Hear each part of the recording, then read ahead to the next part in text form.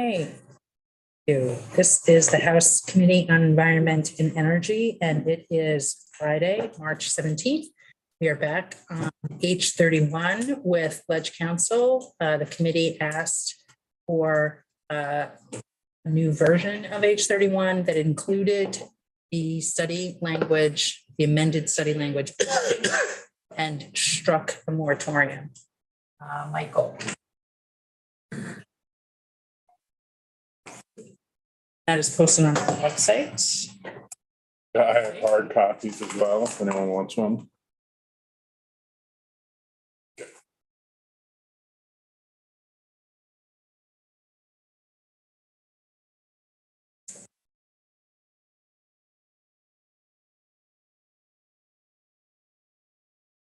There's one for representative. They're moving on.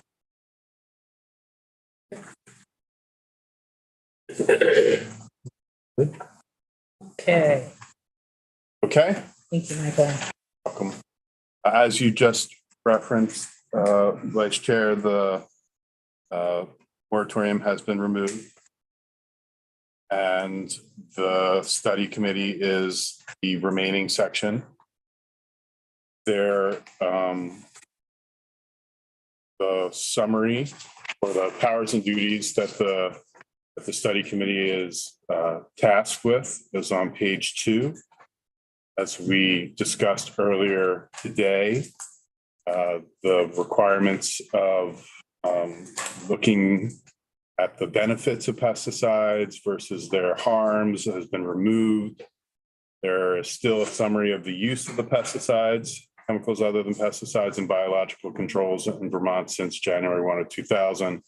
There's still an assessment of the use of pesticides and their on the non-target environment or non-target species. And then you get the recommended legislative changes on page 2, whether to implement the use of pesticides in a more precautionary manner than that ensures the protection of state waters and is designed to protect fish, reptiles, amphibians, and other aquatic biota. Establish the appropriate standard for the approval of the use of pesticides, chemicals other than pesticides, and biological controls, and the process for application so that there's greater opportunity for interested parties to participate, ensures full transparency, and provide other changes that the study committee determines are necessary. The only other real change is that the repeal of the moratorium, which had been section 3, is no longer necessary and was removed. Section 2 is now the effective date, takes effect on passage. Study committee is required to have its first meeting by July 31st of this year, and report to you by December 15th of this year. Thank you. So, committee, we will take questions of Ledge Council on this, and we also have Commissioner Ewing and Director Pearson with us after we've set with our council. Any questions for council? Okay. Great. Commissioner Beeling, Director Pearson, do either of you want to comment about the current status of H31? For the record, John Beeling, DEC Commissioner. I appreciate the removal of the moratorium. I think that's a positive step. I'm just going to sound like a broken record. We still don't support the bill because we believe we have all the information we need to regulate these practices. And we also believe we have rulemaking authority to address some of the valid concerns that people have raised about this process. So we just don't think this is good use of public resources. That's our basis. But we do appreciate the removal of the moratorium. And this, so in this study committee is legislative and administrative only. Administration. Representative Smith. Thank you. You're comfortable with this not being a bill, am I correct? Yes. How much study have you done or has the state of Vermont done in Fossilicor and what there is or isn't in it that's going to be harmful or effective to anything in a lake. I want to defer to Director Pearson for that. Be on camera. Just identify yourself. Yeah, for the record. Oliver Pearson, Lakes and Ponds Program Manager for Vermont DEC. So Procellacor has been registered by the EPA and registered by the Vermont Agricultural Agency. We also had a VAPC Vermont VPAC Vermont Pesticide Advisory Council set of meetings about it in 2018, which is a council comprised of many different experts in reviewing the use of pesticides in the state. That group found that at a dosage, as a specified dosage, the number is 6. The unit, I believe, is parts per thousand, but I need to confirm that. There are minutes to that meeting which I can share with the committee. That at that specific dosage, that the committee, the Vermont Pesticide Advisory Council, did not have any objection to the use of Procellacor. I've also asked both DEC ecotoxicologists, at the time it was Mr. Rick Levy, and experts at the Vermont Department of Health to review the use of Procellacor vis-a-vis the finding in statute regarding risks to human health. And then we need to make the finding that there's a negligible risk to human health. And we received formal correspondence in writing from both of those two entities that the use of pesticide Procellacor at the prescribed dosage had a negligible risk to human health. Finally, Procellacor breaks down into byproducts. And that process is defined in the registration that when the pesticide was registered with EPA and AAFM. And some of our scientists have looked at those byproducts, are aware that it goes from the original compound to these subsequent compounds, and have found that the risk to human health from those subsequent compounds that it breaks down into is also negligible. So that reflects the amount of the state of Vermont has done on the use of Procellacor. Thank you. On another note, what do they use for the pesticide to control mosquitoes? They use malathion? Do you know? I don't know. I'm more of an aquatic person. I'm just wondering because I know I haven't heard any issues on spraying for mosquitoes in the state, so I don't know either. This bill is not about it's about pesticides. in the lakes. It's about aquatic nuisance. Okay. Other questions from the committee? Comments? Representative Morris?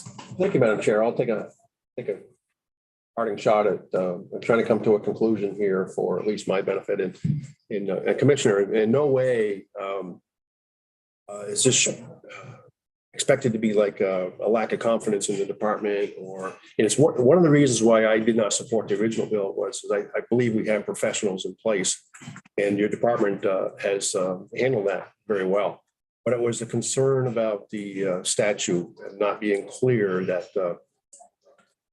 kind of pushed this forward to a point of where it is now. It did remove the moratorium. The anticipation, and I asked this question earlier, but the anticipation was that the statutes would be reviewed in this, and the rulemaking that you alluded to earlier is certainly respected, and that's, I think, what we're expecting. But with the passion from both sides of the public that is against pesticides in the water or are using it for a valuable resource where mechanical methods aren't working necessarily. So it's just a cooperation, I think, of this committee feeling that we have some responsibility for a check back in this report. So it was, at least in my opinion, it wasn't meant to that the work that you've done may very well comply with the report that we're asking for. I appreciate that. And I would just suggest maybe we go through the rulemaking process and see if we can clear up. I agree, regulating out of a statute only is not ideal in this field, right? It's just, you need more specificity. So, I think we're going to get there. I think we will get there. We've already started these meetings. We've got a robust group. We got everybody involved, everybody from every end of the spectrum. So at the end of the year, hopefully we'll have a rule, and hopefully it'll clear up these things. That's my suggestion, that we're going to do that, whether you have a study committee or not. So okay. I'd rather have my staff working on rulemaking than working on a study. It's not my perspective. It's kind of a resource management issue. Representative Clifford. Thank you, Madam Chair. It kind of threw me off a little bit. So you're saying that the study committee, you're already doing that? We're doing a rulemaking. And the intent of the rulemaking is to, most environmental statutes have rules.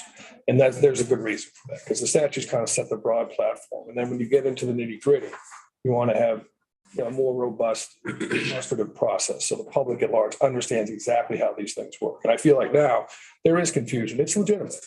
This is not the perfect way to do things. And Mr. Pierce had testified that we want to fix this. So we're going to go forward. And I'm hopeful that we'll be able to address a lot of the concerns raised around, to speak frankly, Lake Bomoseen seems to have been the trigger for this. And I think there's been a lot of confusion, a lot of frustration, and I get it. I get that. So I've been an environmental lawyer for 30 years myself. So I'd much rather work with a rule than a statute. It's just a lot more, they're more usable, user friendly. So that's my intent, is to get us there. Obviously you have every right to have a study, but my only objection is I've got people who are tremendously overworked. And if they're going to be going through rulemaking, wake boats, aquatic nuisance, you name it. We have lots and lots on our plate. Adding one more thing to that plate to me, it doesn't feel worthwhile. That's my perspective. So Tori. Thank you. Yes, I was wondering about the retrospective study that would go back to 2000. That's not something we have.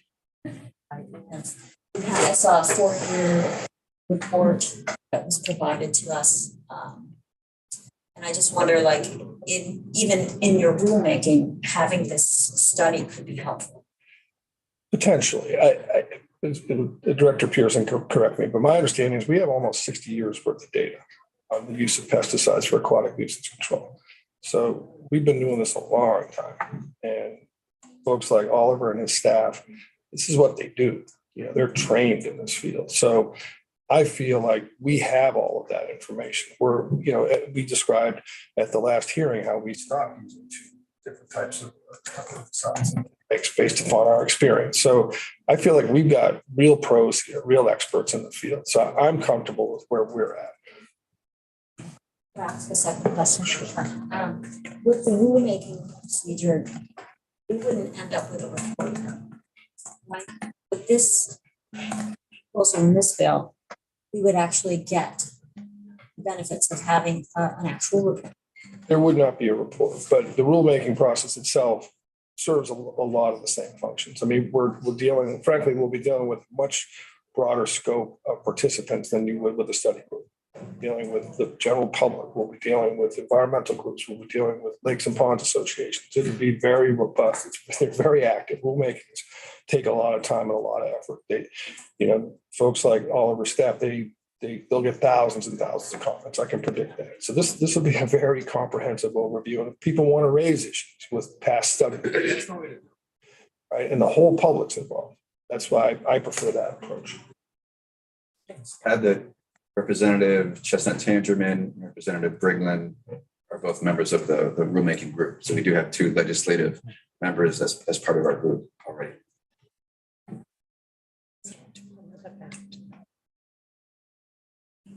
We have retired legislators on rulemaking groups. So I may have gotten the name wrong, but Chestnut Tangerman is, I believe, current. And there's a legislator from Thetford. I thought the name was Brigland, but thank you. I spoke out of turn. Representative Stebbins. Thank you, Madam Chair. I haven't worked on these rules, and I agree with you. There's a great level of detail and back and forth and collaborative problem solving that can occur through the rulemaking process.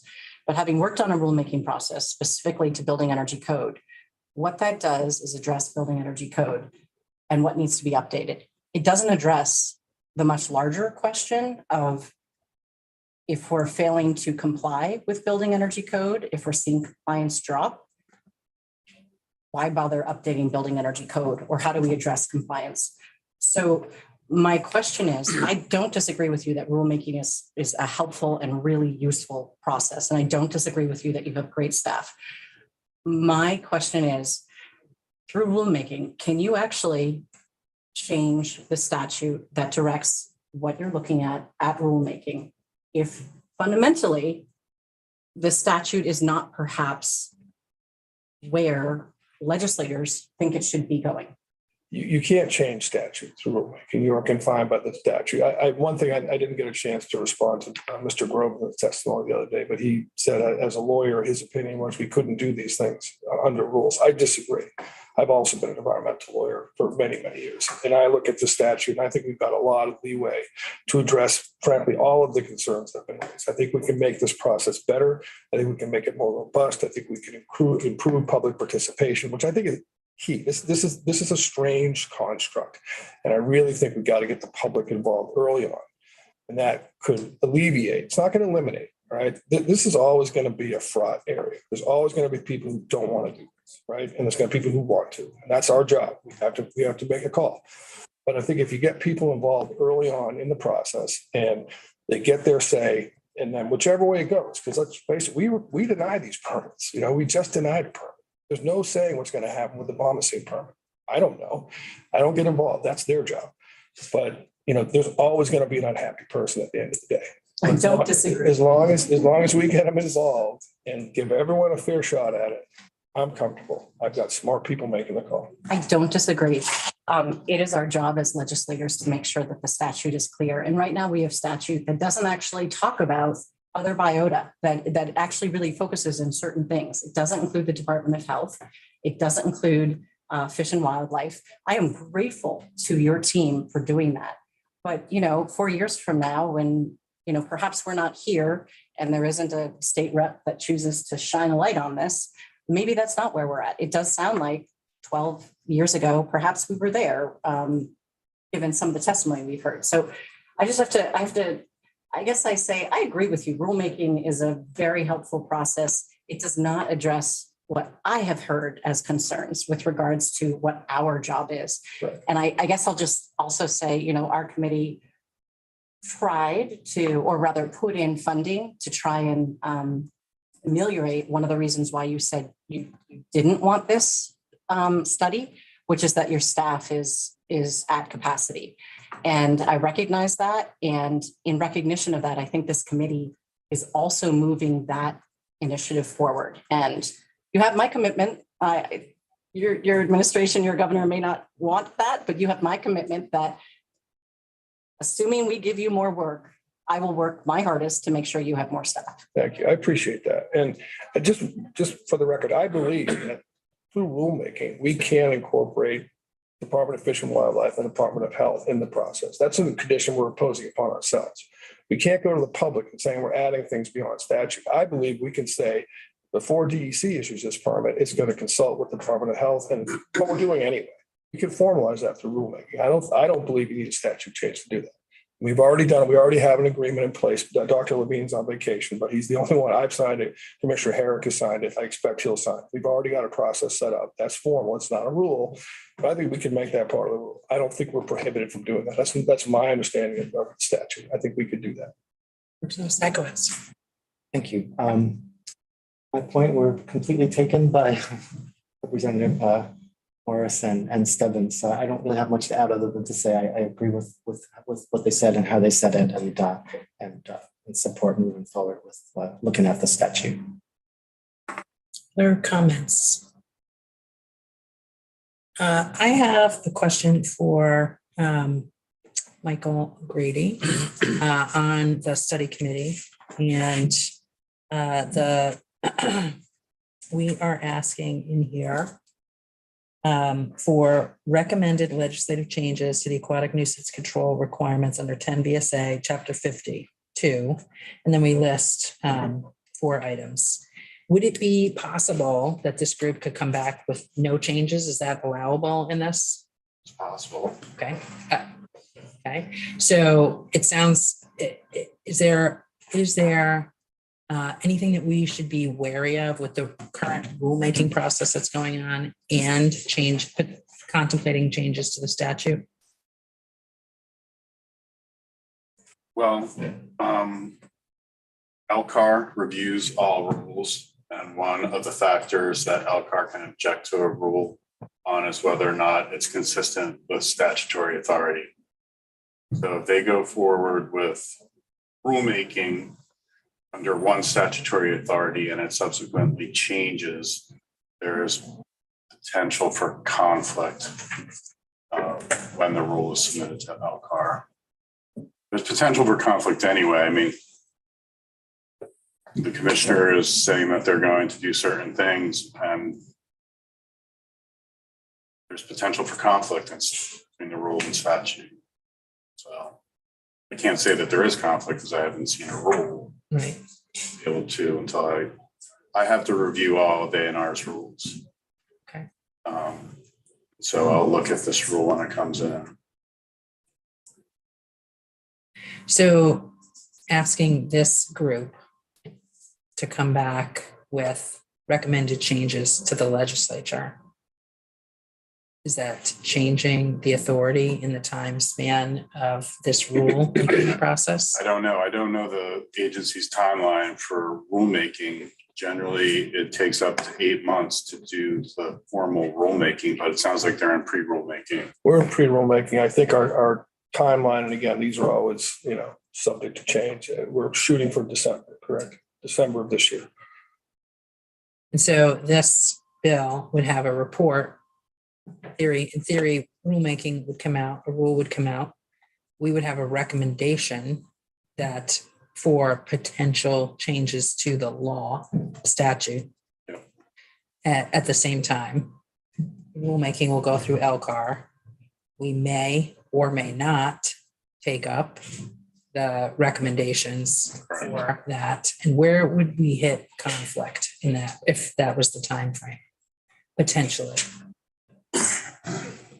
Or if they're on the same, well, there's no guarantee that we're going.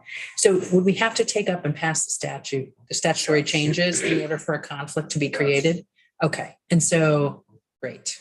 That's the rule itself that they propose is the conflict with existing statute. Okay, so it seems to me that this study committee is very small. And that your department is engaged very heavily in this work. That it is legislative members who want to look at the statute with you all as you are working on this rule. In terms of the data analysis, I mean, I've heard you say you all have a tremendous amount of data. That feels then that like doing this analysis should not be a big lift. We have it. I mean, Yes. We could supply it to you. Yes, yeah, and we have not, I mean, we have specified, that we've not specified a number of meetings, we've not specified, we've specified a start date and recommendations. Is there, based on what I heard, there does seem to be some concern that there are, and I hear that you're taking that up in the rulemaking, that the statute needs to be updated. I think we can work with the existing statute. I think we can meet the concerns that have been raised through rulemaking. That is my belief. If you come up with a different structure to the statute, as Mr. O'Grady points out, then we've got a problem. Then we have a rule that no longer comports with the statute, we would have to amend it. That's a reality. So if there's certain provisions that you change that are, substantive that we need to address in rule, then we're going to need to go back to the drawing board. And change it to be consistent with the amended statute. Can someone remind me what the rulemaking is for? Like, is this specific rulemaking?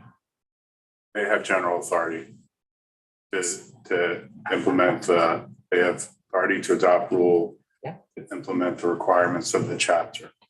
So they're working on rules to implement the existing chapter. Yes. And, okay. Okay. And so what is the arm? Okay. No, I'm not going to ask that question. Yes, Representative Stebbins. Sure. My experience with rulemaking is it's like my limited area is it's required, like, given a certain, every X years. Is that the case with this rulemaking? No, So this is could this be paused? You can pause rulemaking, yes. So as to You have done avoid that in the duplicative past. efforts, Pardon? so as to avoid like duplicative efforts. For whatever reason, you haven't paused rulemaking in the past. I will warn that when you pause rulemaking in the past, the agency just adopted a procedure to circumvent the rulemaking. Representative Bongartz. First, a few things. I've learned a lot through this process in this last 11 days we've been working on this. And I have enhanced confidence in the process you're undertaking and the way you're going about it. I do think you could slow walk the rulemaking a little bit as we move this forward, especially because you're still making nothing. It's been since 2009 anyway. There's no rules. And if it took a few months longer, in the grand scheme of things, it wouldn't be that big a deal if we do this a little bit in tandem and you stayed in preliminary for a few more months, yes, given it's been since 2009 anyway. And I think, though, that rules can't fix a flawed statute. And you can do the best you can do, but, and I hear you, that you think you could work within the confines of the existing statute, but I've become convinced that the existing statute is flawed and that it sets up the starting point under the statute is yes. And I would love to guess if, and there's a lot of checks on that, and I understand that. But I think there's nothing in the statute that talks about some of the things that we put into that we want the committee to look at.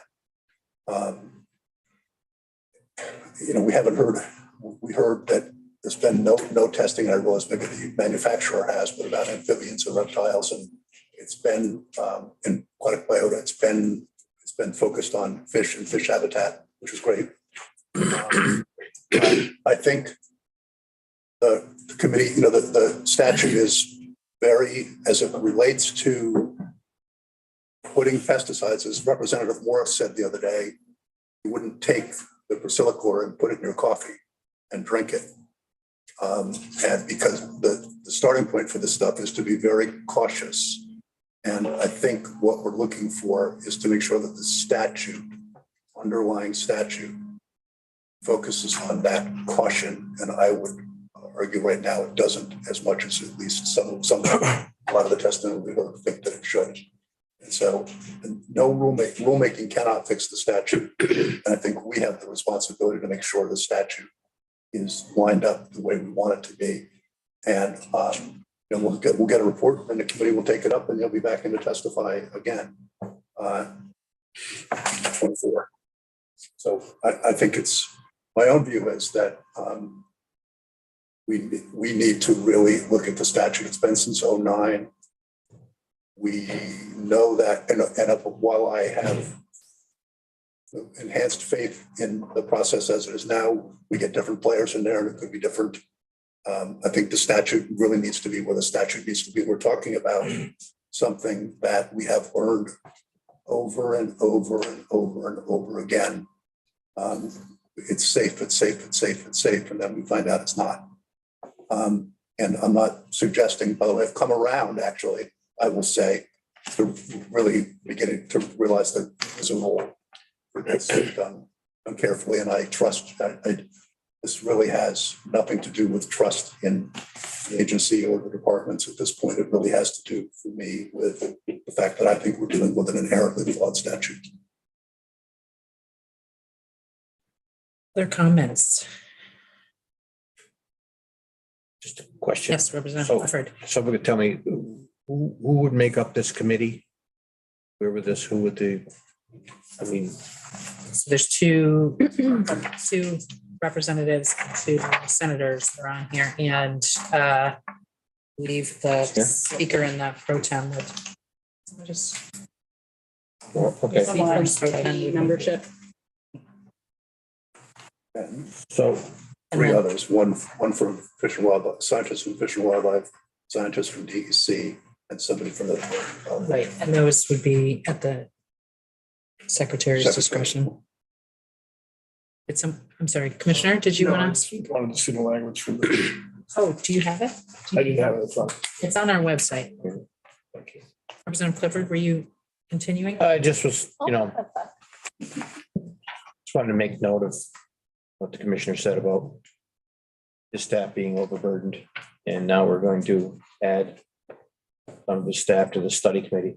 We talked about that, but I think I already got that answer.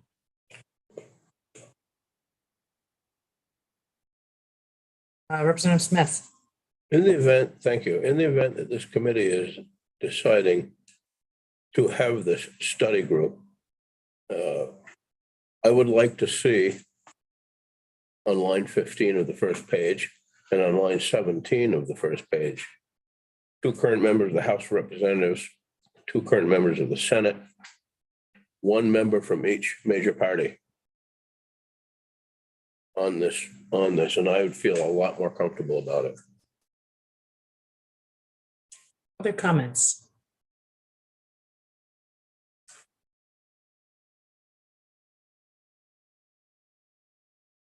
Representative Stebbins.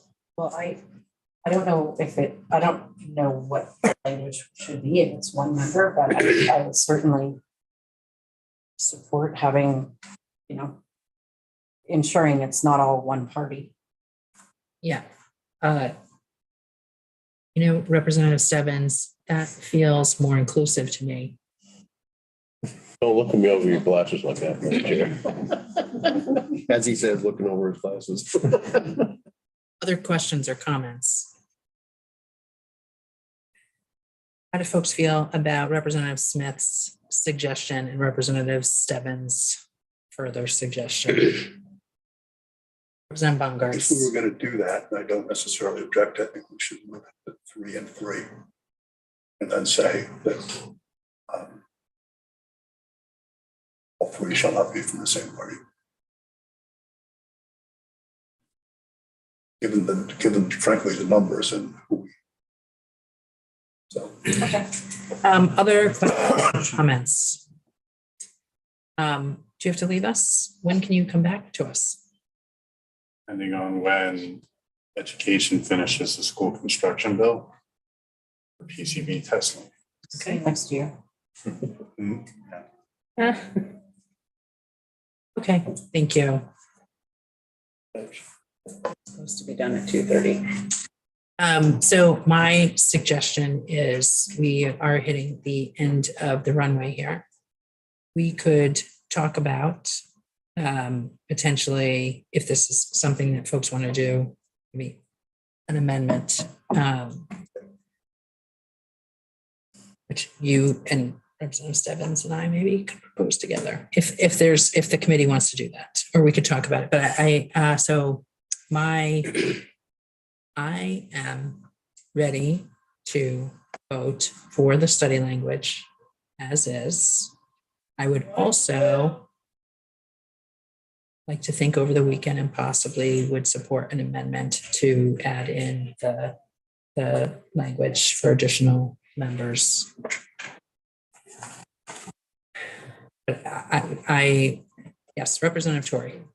In that vein, if you were to take some time to think about that, I was wondering on page 2, lines 15, whether we want to specifically call out the fish reptiles and amphibians and aquatic biota there as well, since there was any ambiguity. Look at that. It's there. If it's there, it's noted. It says non-target. So You're you're saying- happy with non-target? You don't Well- need to spell it out here? I think we want to be. Why don't we look at that as we're thinking about it? That's what I thought. The intent was to call out the others. And actually at the time said to Michael, I know it's redundant to put them in, but I thought it was important to call them out to make sure that we're also focused on all those other species. And if your suggestion is to add it in the second place, we could look at that as we do them. It is in 3A. Yes. Right.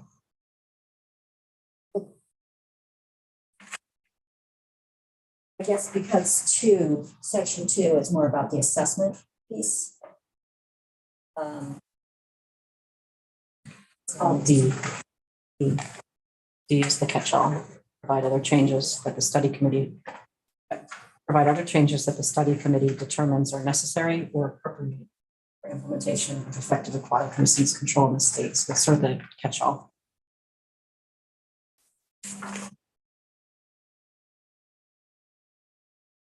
Other comments, questions?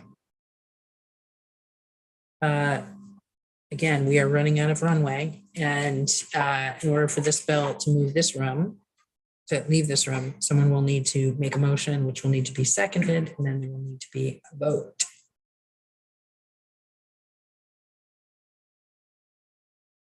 I'll move that we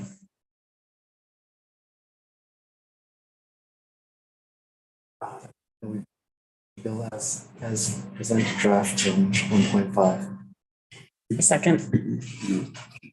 Hand was over your mouth from this angle. Could you say that again? I'm sorry.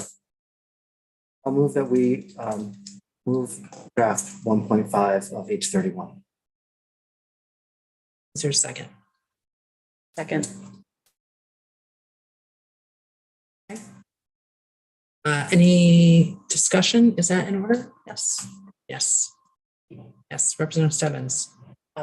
More of a process question. For Representative Smith's comment. That is a doable conversation to have in the interim. We vote the bill out, and then next week we could revisit multiple people and representing different parties' language. Any legislative member can propose an amendment to This would any actually be on- bill that is being proposed on the floor. So it would be on the floor. Okay, thank you. Any other questions? Okay, can you call the roll? Representative Seth Bongartz, Yes. Representative Paul Clifford, No. Representative Kate Logan, Yes. Representative Christy Morris. Yes. Representative Avram Pat, Yes. Representative Larry Sachwitz, Yes. Representative Brian Smith. No. Representative Gabrielle Stebbins, yes. Representative Dara Torrey. Yes. Representative Amy Sheldon is out, and Representative Lara Sibilia. So that is 8-2-1.